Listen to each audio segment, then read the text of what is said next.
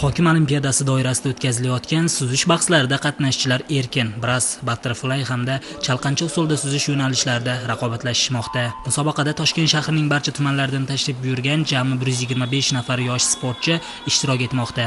Musobaqaning ilk kunidayoq bir qator yo'nalishlarda eng kuchlilar nomi ma'lum bo'ldi. Jumladan qizlar o'rtasida 100 metr masofada biroz usulida kechgan bellashuvlarda Muslima Komiljonova g'oliblikni qo'lga kiritdi. Xuddi shu masofada o'g'il bolalar o'rtasida o'tgan butterfly raqobatida Azamat Saminjonovga teng keladigan raqib topilmadi. Shuningdek, Muhammad Amin Baxtiyorov va Mubinaxon Botirova erkin usuldagi 4 ta 100 metrlik estafeta bahslarida birinchi o'ringa sazovor bo'lishdi.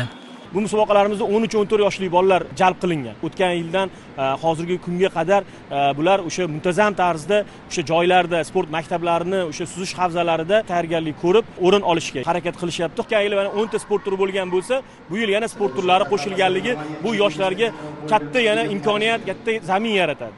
Ta'kidlash kerakki, ushbu musobaqa yosh sportchilar uchun nafaqat g'oliblik, balki katta tajriba maktabi vazifasini ham o'tamoqda.